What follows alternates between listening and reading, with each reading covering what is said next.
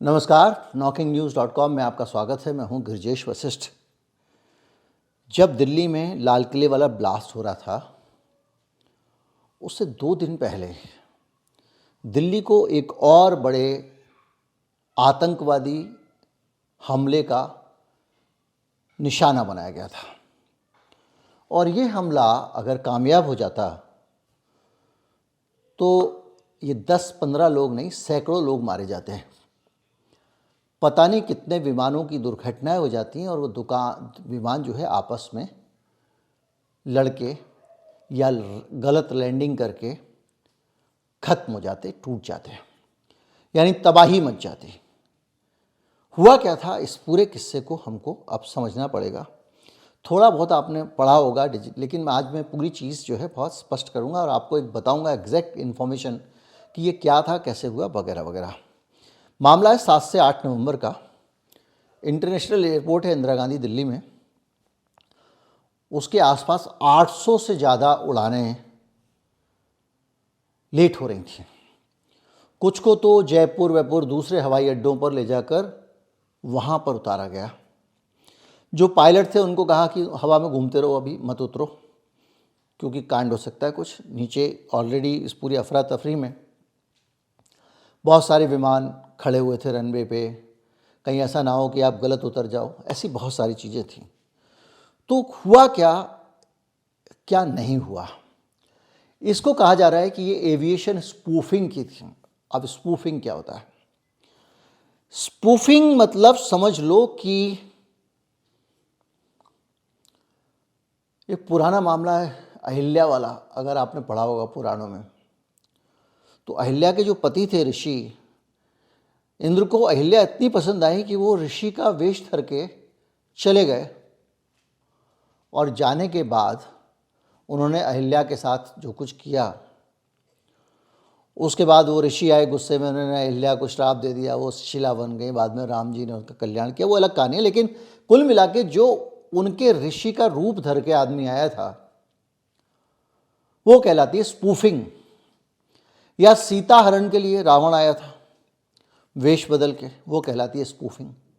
यानी आप किसी और की आइडेंटिटी ओढ़ लेते हो और उस गलत फहमी में आप उस पर भरोसा कर लेते हो और वो सब कर गुजरते हो जो आपको उसके साथ नहीं करना था, किसी और के साथ करना था। ये रूप धर के आ गया था उसका। अब टेक्नोलॉजी की भाषा में आए तो अगर आपके पास एक ईमेल आई जिसमें लिखा हुआ है कि प्रधानमंत्री कार्यालय का ईमेल है, आप खोलकर देखते हैं उसमें ईमेल आईडी भी वहीं की है, जबकि वो वहाँ का नहीं है, तो ये हो गई ईमेल स्पूफिंग। ऐसे ही अलग अलग तरह की स्पूफिंग होती है। वो आपको एसएमएस की भी स्पूफिंग होती है। आपके पास एसएमएस आएगा, लिखा होगा ऊपर कि ये तो टाटा का एसएमएस है, या ये तो रिलायंस का एसएमएस है, या ये बिजली विभाग का एसएमएस है कि बिजली कट जाएगी सचमुच। एक तो होता है कि कोई अपने नंबर से भेज दे, एक स्पूफिंग होती है जिसमें उसी का नंबर लिख के आएगा ऊपर। और स्पूफिंग और भी खतरनाक होती है कि आपके सर्वर के अंदर घुसने के लिए आपने जो आईपी एड्रेस आपके सर्वर में आसानी से घुस सकते हैं, विश्वसनीय है, वो स्पूफ करके वो वाला आईपी एड्रेस धारण करके वायरस आपके सिस्टम में घुसा देगा। तो कुल मिला के तरह तरह की जो पहचान रख ली जाती हैं, उसी तरह की यहाँ पर हुआ और ये कहा गया जीपीएस सिग्नल स्पूफिंग। ये क्या होता है? ये होता है कि अभी पिछली जब यूक्रेन वाला युद्ध हुआ या ये ईरान और इजराइल का युद्ध हुआ, उस दौरान भी बड़ी सारी स्पूफिंग हुई। एक हवाई जहाज आ रहा है हवाई हमला करने के लिए और अचानक उसको जो डिजिटल सिग्नल मिलता है जीपीएस का, जो उसका मार्गदर्शन करता है, वो उसको कहीं की जगह कहीं और भेजने लग गया। तो गिराना तो उसको ईरान पे बम था, वो जाके कहीं पहाड़ कंदरा में गिरा के आ गया। लेकिन अभी तक सिविल एविएशन में, यात्री विमानों में ऐसी खतरनाक चीज नहीं हुई थी और अब हुई है, तो इसीलिए इसको कहा जा रहा है एविएशन टेररिज्म। लोग मरे नहीं हैं इसलिए हमको उतनी बड़ी घटना नहीं लगती है, लेकिन ये जो एविएशन टेररिज्म हुआ, इसमें भारत के ऊपर जो विमान इंदिरा गांधी इंटरनेशनल एयरपोर्ट पे उतरने वाले थे, उन विमानों का जीपीएस ने गलत मार्गदर्शन किया। यानी जीपीएस को उसको ले जाना था एयर स्ट्रिप पे, हवाई पट्टी पे, एयरपोर्ट पे, वो कहीं और ले जा रहा है और बोल रहा है यही एयरपोर्ट है। वो कहीं पे जाके उसको उतरना है, उसने कहा मुझे हाँ दिल्ली में उतरना है, वो पायलट कह रहा है दिल्ली में उतरना है, लेकिन वो कह रहा है ये दिल्ली नहीं है, जबकि वो दिल्ली है। तो ऐसे में पायलट क्या करेगा? कंफ्यूज हो जाएगा, भाई किसकी बात माने किसकी ना माने। एक जरा सी गलती से तो सैकड़ों जाने जा सकती हैं। तो ये सोचिए, उस दिन लगातार 200, 300, 400 विमानों के साथ हुआ, 800 विमानों के साथ हुआ। कहाँ पर? देश की राजधानी दिल्ली के आसमान पे। तो ये छोटी घटना नहीं है, ये बहुत बड़ी घटना है और ये एक टेररिस्ट अटैक के तौर पर माना गया। फिर आप कहोगे एक्सीडेंट हुआ तो कुछ नहीं था, इतनी बड़ी खतरनाक चीज़ थी। तो इसी के लिए कहते हैं प्लान बी क्या होता है। जो हमारा एयर ट्रैफिक कंट्रोल है, उसको जब इन्फॉर्मेशन आ रही थी वो ये आ रहा था कि ज़्यादातर पायलटों ने उसी समय बताया कि उनकी स्क्रीन पे एक तो अजीब डेटा दिख रहा है, दूसरा रनवे पोजीशन मिसमैच हो रही है उस डेटा के साथ में, और इंटरनल रीडिंग अलग है और जीपीएस अलग है। यानी आप जब जाओगे तो आपके डैशबोर्ड पे गाड़ी के तो कुछ और दिख रहा है, जीपीएस कुछ और दिखा रहा है। अब गाड़ी के डैशबोर्ड का उदाहरण लूंगा तो स्पीड का ही मान लो, आप 70 की स्पीड पे चल रहे हो, आपका स्पीडोमीटर दिखा रहा है, जीपीएस कह रहा है 52 की स्पीड है। तो ये खतरनाक सिचुएशन उन्होंने रिपोर्ट की और इसके साथ क्या हुआ, एटीएस ने एक प्लान बी निकाला। मसलन मेरा यह फ़ोन खराब हो गया तो मैं दूसरा निकाल लूँ, और उन्होंने कई सारे ट्रैफिक कंट्रोल सिस्टम जो दूसरे रहते हैं उनको लगाना शुरू कर दिया। क्या? उनके पास दो तरह के ट्रैफिक कंट्रोल सिस्टम होते हैं। एक होता है एरिया नेविगेशन जो जीपीएस पे आधारित है, यानी सीधे सैटेलाइट से निर्देश लेता है। तो जो सैटेलाइट से आने वाले निर्देश थे उसमें स्पूफिंग हुई है, आप सोचिए। तो क्या सैटेलाइट ने गड़बड़ किया? नहीं, इसको हम समझेंगे। और दूसरा हुआ राडार वेक्टरिंग, यानी जो रेडियो और रेडियो फ्रीक्वेंसी और राडार के ज़रिए इंफॉर्मेशन मिलती है, डाटा मिलता है, उस पर भरोसा करना। तो जब जीपीएस वाला फ़ोन फेल हो गया तो उन्होंने राडार वेक्टरिंग को अपनाया और उसको नीचे उतारा कई विमानों को, और बाकी को वाला ऊपर घूमो या फिर जयपुर वेपुर उतर जाओ, क्योंकि जब इस तरह से मैनुअल तरीके से उतार रहे हैं कम ज़्यादा गड़बड़ी हो जाए वगैरह वगैरह। इसका मतलब था कि विमान की दशा, ऊंचाई, उतरना, ये सब ट्रैकिंग गड़बड़ाई हुई पड़ी हुई थी। अब आप समझ गए होंगे, इंस्ट्रूमेंटल लैंडिंग सिस्टम पे वो चले गए ऑटोमेशन के बजाय। आप सोचिए जो ऑटो पायलट मोड में होता विमान वो तो चलते ही उस सबसे है, उसको भी बदला गया। तो अब आप इससे अंदाज़ा लगाएं कि क्या हुआ। होल्ड पैटर्न अपनाया, जैसे मैंने बताया ऊपर घुमाते रहते हैं, और इससे विमान जो दिल्ली पहुंच रहे थे उन्हें बार बार ऊपर घुमाया गया। और एक और चीज़ हुई, 10 मिरर रिपोर्टिंग का प्रोटोकॉल लगा दिया गया। देखिए अब मैं इसलिए बता रहा हूँ, ये जानकारियों के लिए बता रहा हूँ।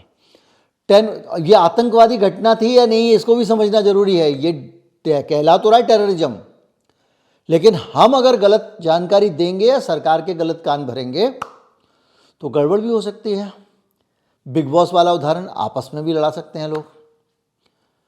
तो इस पे अभी ठहरिए, हम समझते हैं गलती क्या क्या हो सकती है और कहाँ से हो सकती है। दो पहलू है इसमें। कुल मिला के इसकी जांच शुरू हो गई है और इसको लेकर जो है वो भारत सरकार ने, डीजीसीए ने और यहाँ तक कि एनआईए ने भी आतंकवादी दृष्टिकोण से भी जांच करनी शुरू कर दी है। तमाम सारे डेटा उसके निकाले जा रहे हैं, सारे डेटा को क्रॉस चेक किया जा रहा है, और ये सारी चीज़ें बताती हैं कि किस तरह से उस दिन एक बड़ा, बहुत बड़ा खतरनाक कांड होने से बच गया। अब हम सब एकदम बढ़िया तरीके से ये जान लें कि ये हुआ था और ये कोई और नहीं कर सकता। तो कैसे करते हैं, ये भी बड़ी बात है। मैं जा रहा हूं सड़क पे जा रहा हूं, रॉन्ग साइड मोटरसाइकिल चला के जा रहा हूं, पीछे से कोई मुझे आवाज देता है, आगे चालान हो रहे हैं, तो मैं क्या करूंगा, गाड़ी मोड़ लूंगा। लेकिन एक आदमी उससे भी जोर से बोलता है, और इतनी जोर से कि मुझे उसकी आवाज़ सुनाई नहीं दी जाती है, और वो कहते हैं तेज कर ले, तेज कर ले, पुलिस पीछे आ रही है। मैं और तेज करता हूं और आगे पुलिस मुझे पकड़ लेती है। तो जो डेटा है स्पूफिंग में क्या करते हैं, जो सिग्नल कमांड आ रही है सैटेलाइट से, उस कमांड को ओवर पावर करके गलत कमांड दे देते हैं, उससे भी तेज और ज़्यादा पावरफुल सिग्नल के जरिए। तो जब विमान को ज़्यादा पावरफुल सिग्नल के ज़रिए दे देते हैं तो वो विमान जो है कंफ्यूज हो जाता है, वो सैटेलाइट की कमांड ले नहीं पाता है, या कभी सैटेलाइट की लेता है, कभी ये लेता है। तो वो स्किज़ोफ्रेनिया होता है ना, जैसे जिसमें एक बीमारी होती है मनुष्य की, मानसिक बीमारी, हम लोग सरल भाषा में उसको पागल कह देते हैं। उसमें दिमाग को बहुत सारी तरह से आवाज़ें भी सुन रही हैं, ये भी हो रहा है, बहुत उलझा जाता है, उसी में आदमी गाली देने लगता है, कुछ बोलने लगता है। खैर, तो ये हुआ कब, ये हुआ कहाँ पे, अलमाटी और लाहौर के सिग्नल दिल्ली में दे रहा है कि ये लाहौर है भाई, ये अलमाटी है। तो ये जो स्पूफिंग हुई, इसका सबसे बड़ा एपिसेंटर जो था, मुख्य केंद्र, अब आप पता करोगे सिग्नल आ कहाँ से रहे थे, तो उसके बगैर आप जान नहीं पाओगे। ये सिग्नल आ रहे थे नॉर्थ वेस्ट दिल्ली से। अब नॉर्थ वेस्ट दिल्ली से ही ये सिग्नल क्यों आ रहे थे, ये बड़ा सवाल है। अगर ये आतंकवादी घटना थी तो नॉर्थ वेस्ट दिल्ली में कोई पावरफुल सेंटर ऐसा होना चाहिए जहां से वो ये सिग्नल भेज रहे हो, क्योंकि जब यहां से निकलती थी फ्लाइट नॉर्थ वेस्ट दिल्ली के ऊपर से, तो उसका भेजा घूम जाता था, वो पागल हो जाती थी, बाकी नॉर्मल चलती रहती थी। अब नॉर्थ वेस्ट दिल्ली कहाँ पे है, क्या है, जो लोग दिल्ली में रहते हैं उनके लिए बता दूं, पीतमपुरा, रोहिणी, आज़ादपुर, रिठाला विठाला इलाका जो पूरा है वो नॉर्थ वेस्ट दिल्ली में है। और ये जो पट्टी है जो मैं स्क्रीन पे आपको एक लगा रहा हूँ, वो पूरी पट्टी आप देख लीजिए स्क्रीन पे, इसमें यहीं पे सिग्नल फेलियर हो रहा था। अब यहाँ पे हम ये कह सकते हैं कि ये आतंकवादियों की चाल है, ये पाकिस्तानी आतंकवादी थे वगैरह वगैरह, और सरकार जांच कर रही है, पता भी चल जाएगा। हम क्यों कहेंगे आतंकवादी थे या नहीं थे, लेकिन इस जांच का आतंकवादी वाला मामला तो ऑब्वियस है, हाँ भाई आतंकवादी ही करेगा, ऐसा और कौन करेगा, इतनी सारी विमानों को डिस्टर्ब करके गिराने का काम। लेकिन एक अच्छा पत्रकार लगाई बुझाई करने के बजाय, भारत पाकिस्तान में युद्ध करा देने के बजाय, प्राइम टाइम में खड़े होके ये भी जानने की कोशिश करता है कि भाई हुआ क्या, कैसे हुआ, कहाँ से हुआ। तो जो रिसर्च मैंने की, वो रिसर्च हमको बहुत सारी जानकारियाँ देती है, और वो ये बताती है कि खैर जांच के बाद ही सच सामने आएगा, लेकिन मैं आपको बाकी ऑप्शन भी बता रहा हूँ ताकि दिमाग खुला रहे। रोहिणी का इलाका जो है, वो इलाका इस मामले में बड़ा सेंसिटिव इलाका है। रोहिणी, नरेला, बवाना, भलसवा, और वैसे साउथ वेस्ट इलाके में तिहाड़ जेल भी है। अब मैं इन इलाकों के नॉर्थ वेस्ट दिल्ली के नाम क्यों बता रहा हूँ आपको, इसलिए बता रहा हूँ कि डिजिटल स्पूफिंग का मतलब यही नहीं है कि वो गलत आपको कमांड दे, ये भी है कि वो आपके कमांड को डिस्टर्ब कर दे, लेट कर दे, कुछ कर दे। एक तो होते जैमर, आपको मिलने नहीं देगा, वो अलग चीज़ है। जैमिंग अलग चीज़ है, स्पूफिंग अलग चीज़ है। स्पूफिंग में सिग्नल आता रहता है, जैमिंग में बंद हो जाता है। लेकिन जैमर बीच बीच में सिग्नल बंद करें खोले तो गड़बड़ है। तो तिहाड़ पर सबसे पहला शक जाता है लोगों का, लेकिन तिहाड़ तो साउथ दिल्ली में है और साउथ वेस्ट दिल्ली के बॉर्डर पे, वहाँ पर बड़े जैमर लगे हुए हैं कैदियों के चक्कर में। वहाँ पे आसपास से निकलो तो कई बार आपका फ़ोन काम नहीं करता, तो उसको रूल आउट कर दिया क्योंकि उस इलाके में हो ही नहीं रहा था। अब हमारे पास जो इलाके बसते हैं, वो इलाके बसते हैं आपके बड़े अहम इलाके हैं, और वो है नॉर्थ वेस्ट दिल्ली, और उसमें कहाँ कहाँ सिग्नल का खेल हो रहा होता है, जैमर लगे हो रहे होते हैं, क्योंकि ये बड़े बेस स्टेशन चाहिए। ऐसा नहीं कि आपने मोबाइल से कर दिया इसको, उसके लिए सिग्नल तेजी से फेंकने वाला चाहिए ना, अर्थ स्टेशन होने चाहिए बड़े बड़े। तो नॉर्थ वेस्ट दिल्ली में रोहिणी, पीतमपुरा, नरेला, मॉडल टाउन, आज़ादपुर, शालीमार बाग, बादली, हैदरपुर और बाहरी इलाका जो है भलसवार कराला का, वो सब आता है। तो इन इलाकों से ऐसा सिग्नल क्यों आ रहा था? क्या बाहरी दिल्ली के इलाकों में कहीं पे कुछ आतंकवादियों ने ट्रक व्रक पे कुछ लगा लिए थे क्या सिग्नल? क्या हो रहा था? तो एक तो ये संभावना है कि वहाँ का बहुत सारा ग्रामीण इलाका है और वहाँ कहीं ना कहीं हो सकता है आतंकवादियों ने ट्रक वगैरह पे कुछ सिग्नल लगाए और ये खेल कर रहे हो। हालांकि इतना ज़्यादा होना नहीं चाहिए, पर हो भी सकता है। जब इतनी कड़ी सुरक्षा में पुलवामा आ सकते हैं आतंकवादी, दिल्ली का दिल है लाल किला, वहाँ पे ब्लास्ट हो सकता है, तो आतंकवादी भी तो आप चोर जो है हमेशा पुलिस से एक कदम आगे चलता है। लेकिन कुछ चीज़ें हैं जो आतंकवाद से अलग हैं, आतंकवाद से दूर इशारा करते हैं। रोहिणी सेक्टर के सेक्टर 16 से 25 इलाके में दिल्ली पुलिस हेडक्वार्टर की साइबर यूनिट है और कुछ फॉरेंसिक लेबोरेटरी हैं। तो यहाँ पर ये लोग सिग्नल के साथ टेस्टिंग करते रहते हैं, तरह तरह के एक्सपेरिमेंट करते रहते हैं। और यहीं पर एक सबसे खतरनाक चीज़ है NTRO, national technical research organisation. ये भारत सरकार का ऑर्गेनाइजेशन है और ये पूरे सर्विलांस जितनी चीज़ें हैं उन सब पे रोज रोज प्रयोग करता है। चाहे वो पेगासस हो, चाहे कुछ हो, चाहे वो किसी भी तरह कम्युनिकेशन हो, चाहे वो GPS कम्युनिकेशन हो, चाहे वो राडार हो, क्योंकि इनका काम है किसी भी तरह से टेक्निकल चीज़ों के बारे में सब नज़र रखना। और सिर्फ ये रिसर्च तो नाम है, जहाँ जहाँ रिसर्च लिखा होता है वहाँ नज़र रखने का काम ज़्यादा होता है। तो ये भारत की सबसे बड़ी साइबर जासूसी की जो संस्था है उसका अड्डा भी है। और वहाँ पर डिपार्टमेंट ऑफ टेलीकम्युनिकेशन की मॉनिटरिंग यूनिट है इससे जुड़ी हुई, और इसमें वो रेडियो ट्रायल करते रहते हैं अस्थायी रूप से। तो ये हो सकता है कि यहाँ पर उन्होंने कोई रेडियो ट्रायल किया हो जिसके कारण सिग्नल डिस्टरबेंस हुआ ऊपर और जिससे विमान भ्रमित हुआ। चल रही है जांच। दूसरा है नरेला इंडस्ट्रियल एरिया। देखिए, अब दूसरा चैनल होता है उसने बता दिया होता आतंकवादियों ने ये किया वो किया, एक साथ इतने विमान कर सकते थे, फला कर सकते थे, आतंकवादियों के हौसले बढ़ गए, मोदी सरकार नकारा है, और ये सब करके एकदम तालियां। लेकिन इन सब बातों से ना आप बहुत ईमानदारी से जानना चाहिए, हमको वो बताना चाहिए। नरेला का जो इंडस्ट्रियल एरिया है वहाँ पे बहुत सारी कंपनियां हैं जो इलेक्ट्रॉनिक सर्विलांस का काम करती हैं, टेस्टिंग, ड्रोन जैमर और ट्रैकिंग सिस्टम पे भी काम करने वाली कंपनियां हैं। और यहाँ पर RF रेडियो फ्रीक्वेंसी उपकरण जो होते हैं उनका अवैध इस्तेमाल होने का खतरा है। और GPS की जो फ्रीक्वेंसी होती है ना वो 1.5 गीगाहर्ट्ज की होती है। हो सकता है ये उसमें कुछ खेल कर रहे हो, 1.5 गीगाहर्ट्ज पे कम्युनिकेट हो गया हो, लेकिन जांच होगी। और भलसवा बवाना सेक्टर में भी CISF, BSF, Delhi police reserve line की ट्रेनिंग कैंपस हैं और उसको RF जैमर का इस्तेमाल करके रिस्ट्रिक्टेड कम्युनिकेशन जोन बनाया गया। कहीं ऐसा ना हो पुलिस वाले इतने सारे मौजूद हैं और इतने फोर्सेस मौजूद हैं और कोई जाके वहाँ पर आतंकवादी मोबाइल से ट्रैक करता हुआ घुस जाए, हमला कर दे या उन पे बम गिरा दे। तो वहाँ पर भी तो इससे ये जो इलाका है,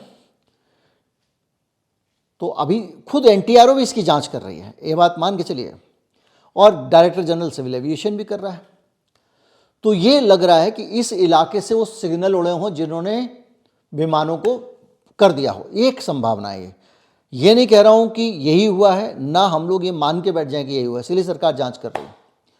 लेकिन अगर दूसरा पहलू है, आतंकवाद का पहलू है, तो ये कहानी एकदम फर्क है।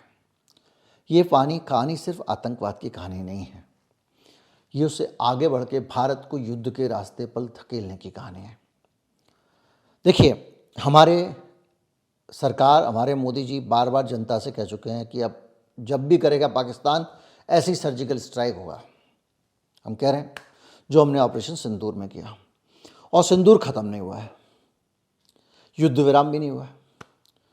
तो सिचुएशन ये है कि अगर उनका हाथ है या कुछ ऐसे लोगों का हाथ है जो ये चाहते हैं कि उनका हाथ हो और भारत उनसे भिड़ जाए। लाल किले पे विस्फोट भी जो हो रहा है वो भी उसी तरह की चीज़ है जो हमको प्रवोक कर रहा है कि हम जाएं और पाकिस्तान पे टूट पड़े। सरकार बहुत संयम से काम ले रही है और चीज़ों को अच्छे से इन्वेस्टिगेट कर रही है। आप जानते हैं अभी तक उन्हें लाल किले में भी कोई निष्कर्ष जल्दबाजी में नहीं निकाला, पाकिस्तान का हाथ वगैरह किसी नेता ने नहीं बोला है। वक्त लगे वो उनको छोड़ दो, वो कुछ भी लिखते रहते हैं। वो तो हिंदू मुसलमान भी शुरू हो गए, उनको तो देश की चिंता ही नहीं है। तो ऐसे में अगर भारत उकसावे में आ जाता है, उधर पाकिस्तान में भी ब्लास्ट हो जाता है, जिस दिन भारत में ब्लास्ट है उसके अगले दिन पाकिस्तान में ब्लास्ट। भाई पुलवामा में आतंकवादी हिंदुओं का धर्म पूछ पूछ के क्यों मारता है? इसलिए कि एक हिंदू मुसलमान के बीच में झगड़ा हो जाए। और क्या मकसद है? एक संदेश देना सांप्रदायिकता का। उसको पूछने की जरूरत नहीं थी, उसको पता चल जाता है 2 मिनट में कौन क्या है। मोदी जी तो कपड़ों से पहचान लेते हैं, क्योंकि उसके पास तो इनपुट्स थे ना। तो ये जो सिचुएशन है आज की सिचुएशन, उसमें पाकिस्तान में हमला हो रहा है। पाकिस्तान कह रहा है भारत ने करा है, वहाँ का प्रधानमंत्री कह रहा है, मूर्ख आदमी। और भारत की सरकार, भारत के साथ भी ऐसा हो रहा है। भारत अभी तक जो है वो संयम से काम ले रहा है, क्योंकि कहीं ना कहीं भारत को पता है कि बिला वजह अगर हम भिड़ गए तो अमेरिका जैसे लोग जो लगातार लगे हुए हैं कि आपस में लड़ाएं और अपना खेल करें, उनको यहाँ पोटेंशियल दिख रहा है ट्रंप को कि इनको लड़ाओ और हथियार बेचो। तो ये भी हो सकता है। तो इसलिए ये जो सिग्नल वाली कहानी है ना, ये बड़ी खतरनाक है और छोटी मोटी कहानी नहीं है। और इसको इसीलिए किस कैटेगरी में रखा गया है? एविएशन टेररिज्म की कैटेगरी में। अगर ये जानबूझ के किया गया है और अगर ये गलती से हो गया है तो कुछ लोगों पे एक्शन ऑब्वियसली होगा, जो सरकारी लोग हैं जिन जो कर रहे थे, या वहाँ अगर कोई कर रहा था इंडस्ट्रियल एरिया में तो उन पर होगा। लेकिन जो सिचुएशन है वो आप समझ गए होंगे, आपको पूरी तस्वीर मिल गई होगी ईमानदारी से कि ये क्या हुआ है। और कोशिश यही करनी चाहिए, भैया लड़ाओ नहीं, जोड़ के रखो इस देश को, दुनिया को भी जोड़ के रखो। भारत पाकिस्तान में अगर लड़ाई होती है तो उसका कितना नुकसान होगा हम भी जानते हैं। पाकिस्तान का जो नुकसान तो होगा, हमारा भी बहुत नुकसान हो जाएगा, आर्थिक रूप से नुकसान हो जाएगा, हम लोग कितना पीछे चले जाएंगे, बहुत सारी चीज़ें।